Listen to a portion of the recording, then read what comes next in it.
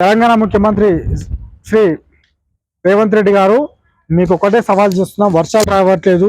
తెలంగాణలో ఉన్న ప్రజలు, రైతులు మరియు ముఖ్యంగా ఇప్పుడు పత్తి, వరి వేసిన వాళ్ళకి చాలా ఇబ్బందులు పడుతున్నారు. యూరియా బస్తాలు లేక కొంతమంది, వర్షాలు రాక కొంతమంది. రేవంత్ రెడ్డి ఈ ప్రశ్నలు అడిగితే వర్షాలు రావట్లేవు, నీళ్ళు లేవు అని అడిగితే ఆయన రక్తం ఇది బీఆర్ఎస్ లీడర్ల రక్తం పంటల మీద చల్లితే పంటలు పంతాయి అనేసి ఆయన చెప్తున్నాడు. ఒకటే విషయం, రేవంత్ రెడ్డి అంత అహంకారపూరితమైన మాటలు, అంత భ్రష్టతనంతో మాట్లాడకూడదు. ఎందుకంటే మీరు వచ్చేసి 2 సంవత్సరాలు అయిపోయింది. వాళ్ళు వేస్ట్ కాలం అనేసి బీఆర్ఎస్ పార్టీ వాళ్ళకి పని చేత కావట్లేదని వాళ్ళు నోడగొట్టేయడం అయిపోయింది. అయిపోయిన తర్వాత కూడా మీరు ఇంకా వాళ్ళ మీద ఎడవడం అనేది కరెక్ట్ కాదు.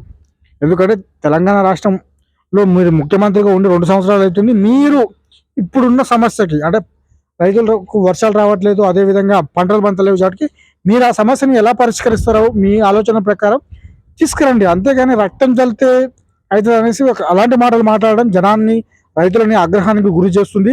ప్లస్ బీఆర్ఎస్ పార్టీకి మళ్ళీ ప్లస్ పాయింట్ అవుతుంది అది. ఎందుకంటే వాళ్ళు రక్తం బాటిల్ పట్టుకొని రక్తం డొనేట్ చేస్తాం, మేము రక్తం ఎక్కడైనా చల్లుతాం అనేసి వాళ్ళు సిద్ధమవుతున్నారు. అప్పుడు నువ్వేం చేస్తావు? ఏడ తలకాయ పెడతావు చెప్పు రేవంత్ రెడ్డి గారు? అది కరెక్ట్ కాదు సార్. మీరు ఎప్పుడైనా సరే సమస్య వచ్చినప్పుడు రైతుల విషయంలో కానీ, తెలంగాణ ప్రజల విషయంలో కానీ మీరు మాట్లాడేటప్పుడు కొంత చిత్తశుద్ధి, గౌరవంతో మాట్లాడితే బాగుంటుంది. ఎందుకంటే రైతుల విషయంలో అఘోరఘోషంగా ఉంది పరిస్థితి.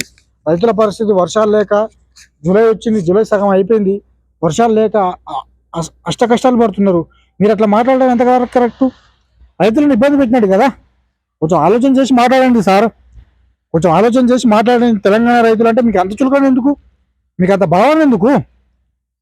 మిమ్మల్ని కూడా అట్లనే మాట్లాడి మేము కూడా రైతులు బీఆర్ఎస్ పార్టీలకి ఓటేస్తామంటే మీకు ఎట్లుంటుంది? అప్పుడు తరిమి కొడితే మిమ్మల్ని ఎట్లుంటుంది? మాట్లాడేటప్పుడు అర్థం పర్థంతో మాట్లాడండి సార్. తెలంగాణ ప్రజలంటే, తెలంగాణ రైతులంటే మీకు ఎందుకు అంత సునగా? నీళ్ళు లేవు, కష్టకాలం వచ్చింది, దానికి ఎట్లా పరిష్కరించాలి, దానికి పంటల మార్పిడి ఏం చేయాలి అని కొత్త కొత్త ఆలోచనలు చేయండి. వ్యవసాయ శాఖ మంత్రి ఎవరో ఆయన కూడా కొంత రంగంలోకి దించండి.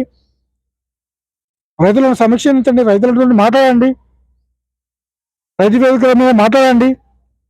రైతులకు ఏ పంటలు వేస్తే లాభం జరుగుతుంది, ఇలాంటి కాలంలో ఏ పంటలు వేయాలి, ఏ పంటలు వేయకూడదో చెప్పండి, అవగాహన తీసుకురండి. ఇలాంటి వాటి కదా చేయాల్సింది. అంతేగాని మీ నోటికి వచ్చింది మాట్లాడడం, ఏదో న్యూస్ పేపర్ల హెడ్లైన్ల కోసం ప్రతిపక్షాలను రెచ్చగొట్టడానికి మాట్లాడడం వల్ల ఏం లాభం ఉంటుంది? ప్లీజ్ లైక్, షేర్, సబ్స్క్రైబ్ చేసుకోండి.